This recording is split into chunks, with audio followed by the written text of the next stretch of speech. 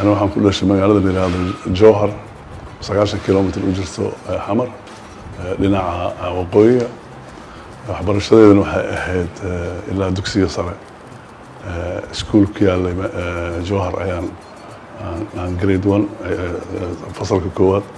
ilaa fasalka 12aad aan ku dhameeyay iskuul Mareykanka u lahaa ka bacdina wadanka waa ka tagay waxaan galay wadanka Canada halkaas aan jaamacadeeda koowaad aan ka dhigtay jaamacadda Toronto ama University of Toronto aan ka qaatay shahaadada koowaad aan ku qaatayna cilmiga la yiraahdo sociology ka bacdina waxaan galay jaamacadda sharciga aan ka galay jaamacadda ugu qadiimsan ama ugu weyn jaamacadda ugu horeysa la sameeyo 200 sano camal jirta oo la yiraahdo Osgood Hall Law School oo ku yaalo jaamacadda York oo isla Toronto aan ka baxay ka bacdina waxaan noqday qareen ama lawyer halkaasoo aan ka shaqayn jiray qaybaha ah difaaca qaxootiga iyo dadka ajaanibta soo galaan wadanka Canada iyo sharciga xuquuqul insaanka iyo sharciga shaqaalaha ama laborka la yiraahdo aan ka shaqayn jiray 2011 ayaa waxaa la isoo magacaabay wasiirka dastuurka iyo dib u heshiisiinta dowladdii Sheekh Shariif oo madaxweynaha ka ahaa halkaasoo aan mas'uul ka ahaa soo dhamaystirka mataqaanaa dastuurka hadda aan qabno oo kumeel gaarka ah anaa hogaaminayay habkii lagu soo dhamaystiray waxaana la ansixiyey August 1 sanadkii 2012 August 20 waxaan noqday xildhibaan golaha shacabka halkaas aan xildhibaan ahaa ilaa 2016 dhamaadkeedii haddana bishii February waxaa la ii magacaabay wasiirka dastuurka arrimaha dastuurka halkaasoo hadda aan ka shaqeeyo aanan kala kulmay waxay ahayd inaan u imid wasaarad aan lahayn imkaaniyaadkii loo baahnaa ama tayadii loo baahnaa aan lahayn oo aan lahayn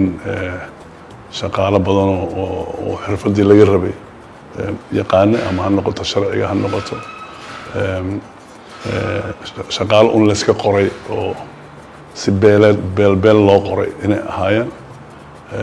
dabcan dad iska sabool ah waayo oo u baahnaa shaqo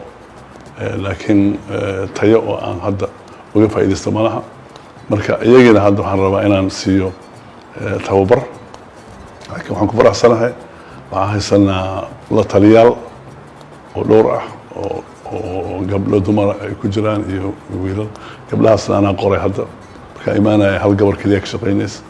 hadda waxaan qoray ilaa 3 gabdhood aan qoray dastuurka hadda waxaan ku jirnaa dib u eegis aan ku jirnaa dib u eegista aan ku jirno ujeedadeeda waxa waaye inaan horta dastuurka aan ka qayb gelinaa bulshada qaybaheeda kala duwan dhan sababtan wax kale maaha waxaan rabnaa markii la soo dhamaystiro in ummadda Soomaaliya qaybaheeda kala duwan dhan ay dhihi karto waa ka soo qayb galnay dib u eegistan dastuurka in hadhow yeelan karaan wax mataqaanaa lahaansho ah ama ownership ay yeelan karaan marka saas awgeed waxaan bilownay wada tashi aan bilownay consultations oo aan la yeelanay labada aqal baarlamaanka guddoonkooda madaxdooda waxaan la yeelanay dumarka ilaa 120 isugu keenay Jazeera waxaan la yeelanay ururada daryeela naafada waxaan la yeelanay ururada dhalinyarada marka ujeedada aan u sameynayn wada tashigaana wax kale ma aha